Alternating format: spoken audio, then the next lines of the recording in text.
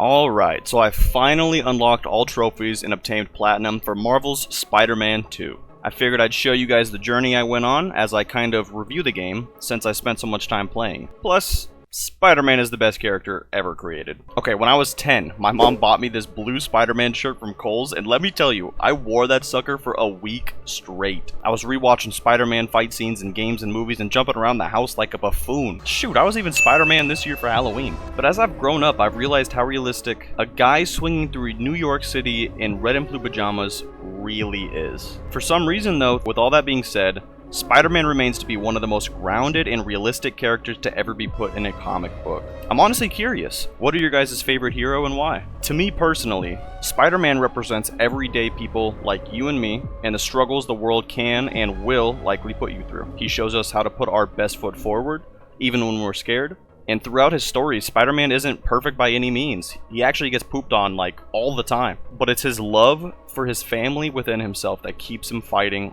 honest, and my favorite hero. Alright, wholesome talking points aside, it's time for the game. After a little bit of review, I'm thinking it's best that we break this game into two different categories. Now, the first category is going to go over the mechanics of the game. This is going to be talking about the web swinging, the transversal, the introduction of web wings, wind tunnels, and kind of just the fact that they've doubled the map size. And the second part of the game is going to be a character breakdown in my own opinion. Now, I'm doing it like this because I mainly want to talk about a lot of the characters that are in the game and the importance of the things they do in the game and kind of what it means for the character and how well they adapt it from the comics. Starting off with the mechanics of the game, arguably the best part of Spider-Man 2. The reason I say this is because you could have never picked up this game before, and at any point throughout it, you can play it for 5 to 10 minutes, and you will have tons of fun, whether that's swinging, gliding, doing crimes, missions, you name it. The fact that I can look forward to even the next 5 minutes of a video game is the exact reason that I believe this game should have won Game of the Year. This game takes what Spider-Man 1 gave us, and it does it bigger and better. The map is twice the size. That alone is an insanely big upgrade. And if I'm being honest, I was actually kind of worried when it was first announced. And that's not a knock to Insomniac at all. I've just never thought a video game series could ever get it so right. The Marvel Spider-Man series and the Arkham Batman games are the only two series that I just think are perfect. Moving on though, we're going to be talking about the web slinging. Just as the first game nailed the feeling of actually being Spider-Man, this game gives us a bigger playground and refines some of Spidey's moves, his air tricks, kind of making him feel a little bit more agile, like the movements we get with Miles. And speaking of Miles, we get to use more of his Venom abilities that absolutely trashed Rhino in his own game, but instead here, we get extra Venom abilities while traversing the city. Peter gets these as well, in the form of his spider arms and symbiote abilities. And to even the odds throughout the story, Peter Spider-Man actually uses his arms and his symbiote to kind of balance between him and the exaggerated swagger of... Okay, no, personally, the city to me kind of felt like a completely different place at a lot of times throughout the game, which is a good thing. And I gotta say, I was absolutely stunned by how the world looked as the story progressed, little updates that were happening here or there. I just want to quickly shout out everyone who worked on the game. I think it is a phenomenal looking game. It's gonna be a hard one to beat. I really enjoyed that towards the end of the game, as Venom becomes, a bigger importance. You see it in the map. You see it on every building, and everywhere you go, it makes it more difficult to swing around. I really enjoyed that. And I mean, between the enemy scouts, drones, symbiotes, bases, collectibles, scraps, challenges, crimes, I mean, you name it all, man. This game gives us players plenty to play around with. I'm not sure how I'd fit the skill tree or the abilities and suit sections of the game into the other categories, so I'll talk about that really quick here. I really liked how the skill trees worked, and I thought that the tree that combined the two Spider-Man together was a great idea. I think it helped build a sense of teamwork throughout the story. Next, the abilities in this game are just fire. With Peter, you get to choose between the spider arm attacks or the symbiotic abilities, like I said before, aka destroy everything. Then there's Miles with his main Venom abilities that we saw before. But then you can add to that his newfound electric powers for an unneeded boost. This dude is seriously one of the most overpowered Spider-Man characters I've ever seen. Alright, the suits in this game were, for the most part, great. I'm super happy they decided to bring back a lot of the classic popular suits that people loved. And I'm actually a huge fan of the color palette concepts that you can craft for the different models. I really enjoyed that. I think it's the little things like that that make Insomniac Spider-Man 2 that much of a better game. Alright, I have a little Venom disclaimer to give you guys real quick before we get into the characters. Right off the bat, I want to say this game's main story only works because of how much they built it up in the first game. I've seen a ton of people talk badly on Spider-Man 2, and a ton of the hate stems from either Venom not acting like Venom, or the fact that Venom's not Eddie Brock in this universe. So let me clear everything up really quickly. If you actually read or know anything about Venom in the comics, he doesn't even have Eddie in the beginning. Venom is his own character who originally finds Spider-Man during the 1980s Secret Wars event. After Peter gets the suit, nothing really happens. Peter tries to do his best, and Venom actually tries to help Peter fight crime and make his life easier. Venom sees his symbiotic bond as no more than a friendship. The reason Venom hates Spider-Man is because eventually Venom starts to use Peter's body while he's sleeping. Peter goes to find Reed Richards, leader of the Fantastic Four, to help him figure out what's going on with him. Reed explains that the black suit is alive, and that they need to remove this creature before it completely bonds with him. In doing so, Venom hangs on for dear life as it doesn't understand why its friend would hurt him like that. After the symbiote is removed and stored away safely, it hates Peter for hurting it and feels completely betrayed. From this point on, Venom decides that he will make Spider-Man pay if it's the last thing he does, and this is what creates Venom. The fact that Eddie is not in the game isn't a problem. Harry is an amazing character to bond with Venom. Anyways, I'm going to get back to Venom later, just wanted to quickly get that out there.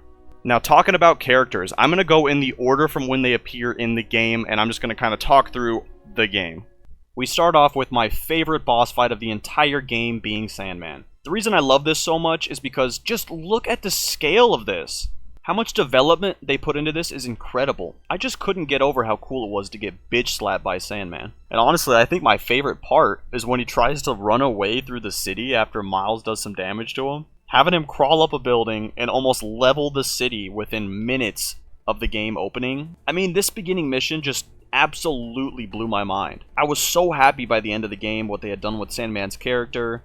I've always been a fan of Sandman becoming an ally. I thought the connecting of his memory shards was an incredible way to introduce Flint Marko to the world and show us who he really, really is. Next, we have Kraven the Hunter. Now, when I say Insomniac wrote this character to perfection, I mean it. Sergei Kravenov has some big ass balls in this game. His entire goal is to find the most dangerous, ruthless being in the world just so he can die before his cancer kills him. I honestly don't understand how someone could find peace by getting your head ripped off by an alien, but shit, this dude killed the Vulture, Shocker, and Electro all off screen, and then proceeds to one-tap Spider-Man, eats Scorpion's full stinger stab to the chest, pulls it out, and then fucking kills him with it. Like, just rewind that and listen to that again. I don't know who wrote this, but fucking take my money. Real quick, some of those dead villains that I mentioned, I won't be talking about solely because they didn't really have a story in the game, but I will talk about Scorpion. Scorpion is the death that we do get to see on screen, and the reason it hits so hard is because last game, Spider-Man almost died like many times fighting him. If you guys didn't know, Scorpion is actually stronger and more agile than Spider-Man himself, which says all you need to know about just how dangerous the Scorpion is. Moving on from that, we have Mr. Negative / Martin Lee. Now this guy here, to me, is the single most important piece for Miles Morales as Spider-Man. Just like Harry being built up in Spider-Man 1, Martin Lee was given a huge role in a traumatic backstory. Coming off his defeat of the last game, Martin comes to the table with a different look at the world. Since his time at the Raft, it seems Lee has kind of come to terms with his actions, and he wants to pull all this negativity out from behind him, if you know what I mean.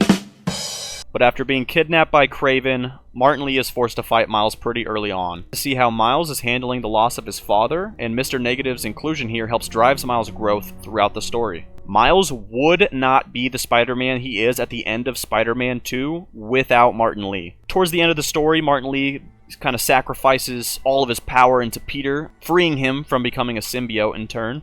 It alters Peter's blood, giving him the power of anti-venom, and it actually drains Mr. Negative, giving him the life and freedom he's always wanted. Real quick, I'm going to talk about Black Cat. Her role in this game isn't as big as in Spider-Man 1, but she does come through with the sickest Doctor Strange cameo. Overall, I think she's a great piece to the puzzle in these games, and I think they do her justice every time she appears in the story. I think her suit looks amazing. Insomniac, you did good here. Moving on to one of my favorite pastimes in this game. Of course, I'm talking about the menacing Mysterio. I think the way that Insomniac tackles this villain is so smart. I loved the challenge of the side missions. I thought they were creative and fun, and I actually enjoyed collecting all those leaked audio drives that kind of slowly gives away what's going on in the background. And I gotta say, they kind of had me fooled. I was thinking it was Beck the whole time. Tombstone. My boy Tombstone. Oh, how I have nothing but great things to say about you. Nah, for real though. Insomniac nailed, and I mean nailed him in the first game. I love the boss battle with him. It's honestly one of my most memorable moments from that first game, believe it or not. And I actually love the direction they took for him to be the good guy in this game. He is still just as scary without even trying to be. I mean, the dude's working like a 9-to-5 job, and I'm like actually sitting here sweating when I see him. I'm like, oh shit, here we go. I actually love how much he respects Spider-Man for beating him. There's not too much to say about him considering we only see him early game, but I'm very glad he made an appearance, and like I said, he's just a great character in the Insomniac universe. Alright, my phone's on 2%, so we're getting to Agent Venom. Now, I've seen a ton of hate on this, but I actually gotta say, I think Harry is a better Agent Venom than Flash becoming Agent Venom in other Spider-Man media. I think that the way that they used Harry's illness in this game to ground him as a character, it really worked. We don't even see an ounce of anger while Harry originally has the symbiote. And I know that later on Spider-Man mentions that he thinks he would have fully became Venom eventually, but I honestly think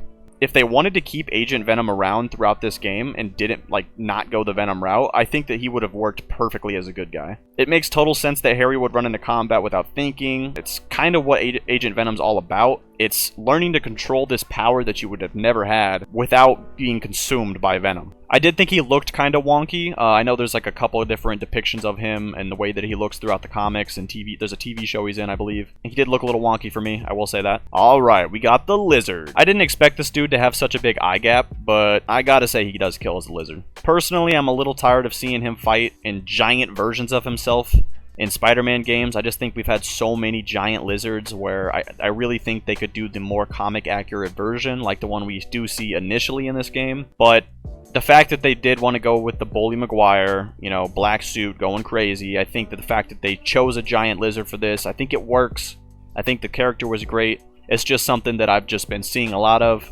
Even in the movie, The Amazing Spider-Man 1, when the lizard's in there, he looks cool in a lab coat, but you throw the lab coat off, and it's just like, you got a giant lizard, man. That's all you got. It's not the lizard, it's just a lizard, you know? Anyone else? Overall, though, I think Connors had a great character outside of being the lizard, and I actually really bought how much he was trying to refuse being Reptile. Like, you could tell he did not want to turn again. It was really, really nice. I think the acting, the voice acting, just the emotion in this game is, like, the #1 thing about this game that people talk about. Everyone who voice acted killed it. Next, we have Wraith. I liked the character, but I wasn't the most impressed by her. I thought her design was decent, and her motivations after last game's DLC were definitely there. I did really, really like the DLC with her, and I liked her becoming Wraith. I'm just not sure what else she could bring to the table. I did enjoy her story involving the Flame, aka Cletus Cassidy, or, you know, Carnage, obviously. I enjoyed that, I enjoyed all that, but I just don't know the direction she's going in, like, in the future, if that makes sense. I'm gonna assume she's gonna be about Carnage and all that, but it's just, we'll see where, you know, where it all goes. And finally, we make it back to Venom. Okay, finally bringing the stage back to Venom. Firstly, I'd like to congratulate Insomniac Games for knocking this shit out of the park. Spider-Man 3's Venom was trash. Venom the movie was actually pretty good, I can't lie. I kind of found that one enjoyable. But Let's There Be Carnage, that was a total letdown. The development team took a 10 out of 10 difficult character and made him soar. The way the city changes, the abilities, the smashing, the jumping, Tony Todd.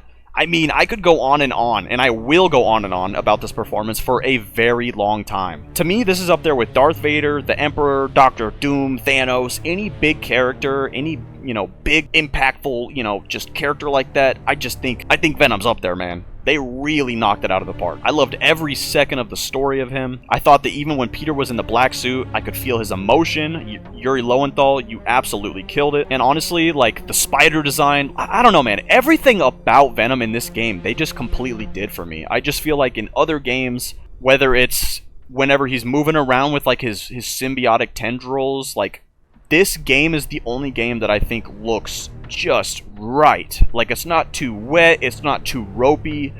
Venom and the symbiote, it just looks good. It looks like it should. You know? They just did it. they did it right. And finally, I'll end on our little love trio of Miles, MJ, and Peter. MJ in this game does not give a single shit. I honestly don't know why she didn't just 1v1 all the villains in this story, considering she was taking out lifelong trained mercenaries like she was in Phase or some shit. Next we have Peter. In this game, Peter gets beat constantly. I've heard almost all takes on him in this game are negative, and it mainly revolves around him not dodging that goddamn knife. And for the people who are questioning that in this game, I'm just going to add this clip in real fast. So one question I'm always asked. Who would win in a fight? Who would win in a fight if Galactus fought the Hulk? Or if Thor fought Iron Man? And there's one answer to all of that. It's so simple. Anyone should know this. The person who'd win in a fight is the person that the scriptwriter wants to win. If I'm writing a story about the Thing from the Fantastic Four, and he gets into a big fight with Spider-Man, and millions of people out there say, who would win? Well, it depends on who I want to win if I'm writing the script. If I want Spider-Man to win, he'll win. If I want the Thing to win, he'll win. These are fictitious characters. The writer can do whatever he wants with them. So stop asking those bonehead questions, because I've had it with that. Alright, with all that out of the way, I still think they nailed the character of both Peter and Spider-Man in this game. Yuri Lowenthal, you are an incredible voice actor, and I just want to say thank you personally for being our Spider-Man in these games. I love that Spider-Man still acts as a teacher for Miles during the game, and by the end, I just think the storytelling with him was just amazing. Phenomenal. Lastly, we're going to touch on the prize pupil, the prodigy of this game, Miles Morales. We touched on his drive with Mr. Negative earlier, but this kid's growth in this game and just throughout his side missions, main story, I mean, they just let him blossom as a character. How the community's gonna sit here and like talk shit on his side missions about helping his school. Like, bro, that is the most Spider-Man move I've ever seen, and I think that's why he's ready to be Spider-Man in the end. Peter needs a break. He's been at it for 10 years, every day. Villain after villain giving it his all. Most people are upset about this when they think about Peter taking a break, but I'm telling you guys, Peter's gonna come back in the third game better than ever. And it actually makes sense, because it's realistic to need a break. Miles is not by any means always a perfect Spider-Man either, but using his connection that he has with his dad, the love that he gets from his mom, and the good people that he surrounds himself with, he can actually push himself knowing that he has support. I know these games are just games, but I think that Insomniac has kind of instilled a good outlet for people who are struggling with, whether it's, depression, this, that, or the other. These games, and the reason I love comics so much is because the amount of heart they put into these stories, and realism, and just, these characters are relatable, these characters are real to us fans. It's not just fun in games, if that makes sense. I'm sure everyone's known, but we've been getting a lot more Miles Morales as Spider-Man lately, and I think that's what the world needs. Peter's Spider-Man is my Spider-Man, and he always will be, but I see so much of our youth in Miles. All of the media that's came out about him in the last couple of years, I mean, his character drive is just unmatched. He is able to do so much good when like 95 to like 98% of his world is just completely uncontrollable. I think he is just a great role model, to be honest, and I, for one, cannot wait to see what they do with him next. Alright guys, that's going to do it for my video today. I know there was a couple characters, I'll name a couple real quick, like Prowler. I talked a little bit about Harry, but not too much. Norman was in there, Genki, J. Jonah Jameson, Rio Morales. There are some characters I didn't really cover, but I covered the most important pieces and just kind of the things that I've really been wanting to talk about for a while for you guys. So if you guys want to see any more content on Spider-Man at all, please let me know, because if you can't tell already, I am a huge fan and I just cannot shut up about him. One thing I will ask, if you guys could please drop a like on the video if you enjoyed even 10 seconds of it, because let me tell you, this one's taken me a long time. So I am excited to be done with it. I'm excited to be out there with you guys, just checking it out and talking to the community. And I just want to say I'm just extremely blessed to be given this platform to talk to you guys and just to live in a world where we get games like this. So thank you all. I appreciate you guys, and happy holidays.